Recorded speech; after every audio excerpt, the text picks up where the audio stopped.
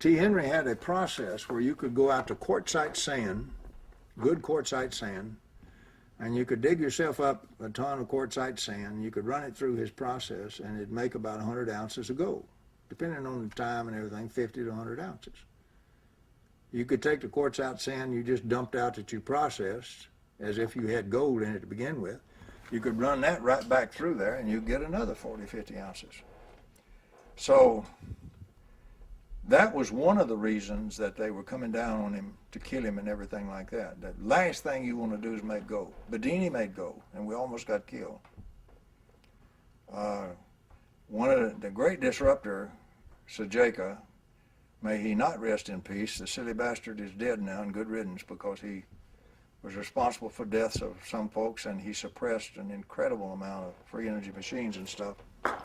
And he's very proud of his handiwork. Well, Sajeka was sent in to suppress the effort. We didn't know who the hell he was, except he had all this information, all this knowledge.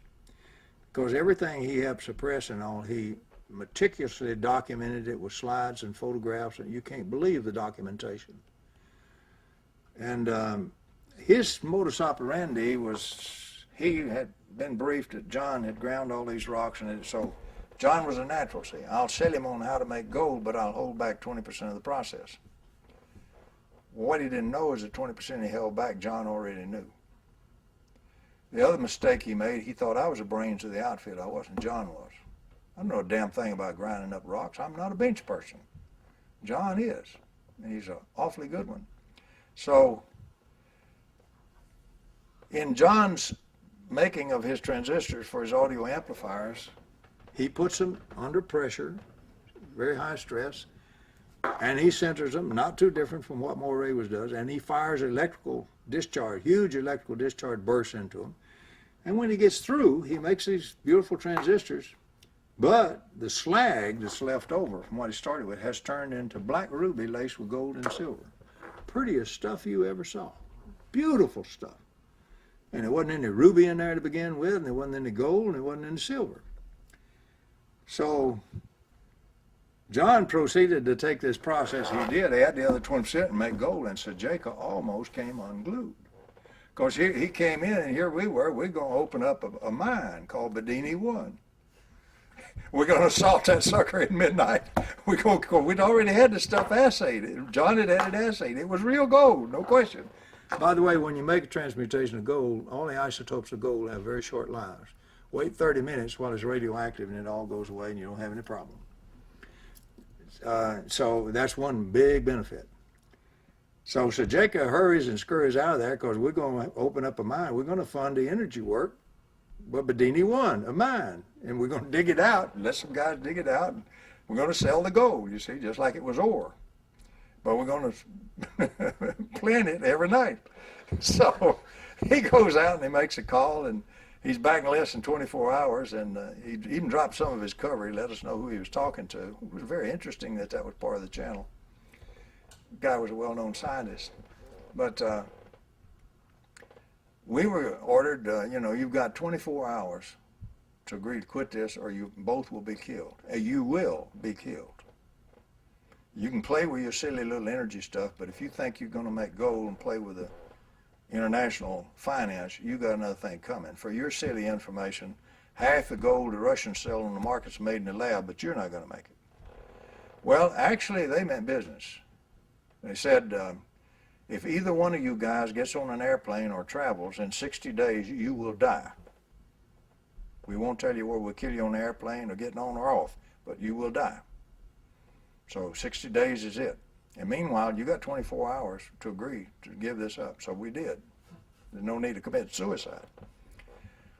Well, about 60 days, about 64 days later, I had to travel.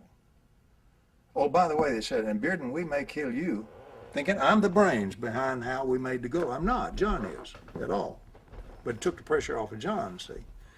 So we may kill you anyway. We're still making up our mind on it. And they're arrogant bastards, you see. If we do, it'll be by an ice dart dipped in curare. Big mistake. The fellow who invented that trick for the CIA happens to be a personal friend of mine. By sheer coincidence. They didn't know that. I knew all about ice darts dipped in curare. So Anyway, 64 days later, I had to make a trip to El Paso. I carried a government PhD with me on the project we were working on. We went out there and did our business. Come back on American, you come back through Dallas-Fort Worth, change to another flight, come to Huntsville. We got in about 5 o'clock in Dallas-Fort Worth International Airport. You know what it is there at 5 o'clock, hundreds of people walking. And in those days, they didn't have the phones back on the wall. They had them on up there right by the walkway on a little board outfit with little ears on it. And you just step up and take the phone and talk. Now they got to move back on the wall. But the fellow that got off the airplane ahead of me, a few steps ahead of me, walked in and picked up the phone off the little ear, stopped. And I stepped past him one step, and he let out a squall and hit the floor, kicking and flopping. And I knew what happened. I moved very suddenly, getting my back to a pillow. You know, I never did see the guy fired the shot, because too many people. But I sit there and watch the guy kick and flop and bite through his tongue and start bleeding out the side of his mouth and die. He just died right there on the floor. And Dr. Kelly had gone to John, and when he came, I wanted to witness to the incident. So when he came out, I said, Dr. Kelly, I think this fellow had some kind of seizure or something. Looks to me like he just died. And Kelly went up and looked, and there's other people beginning to gather around, you know, and he says, he is very, very dead. He ain't breathing, nothing. There's no pulse you can see anywhere or anything. He's dead. So I said, let's get the hell out of here. I never did tell him what was involved. But then here come the emergency guys, you know, with their instruments and everything, running like hell and with a stretcher and all this. But they did. They killed this guy who I didn't know from Adam's off Ox. I'd never met him, and he didn't know me, had no connection with me. But he was a convenient target to use to prove to me they meant business. They killed that poor guy with an ice dart dipped in curare, just like they had said, just to teach me they meant business. And, you know, that's the kind of mentality and the kind of people you're dealing with. You don't think they were shooting at you and missed?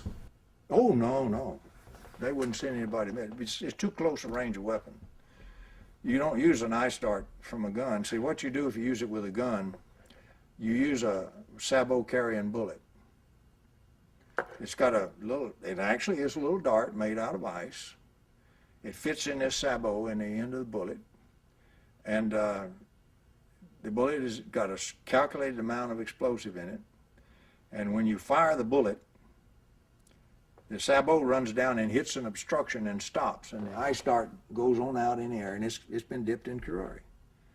And this ice dart comes in and hits you, penetrates. The curare paralyzes your lungs and your heart. Your heart will stop beating, and your lungs will stop breathing, and your body goes into violent convulsions, fighting for air and, you know, everything. And you know, you might break a bone, or you might, you know, bite through your lip, or what is some kind of symptom usually goes with that kind of seizure, of convulsions, and so the person dies.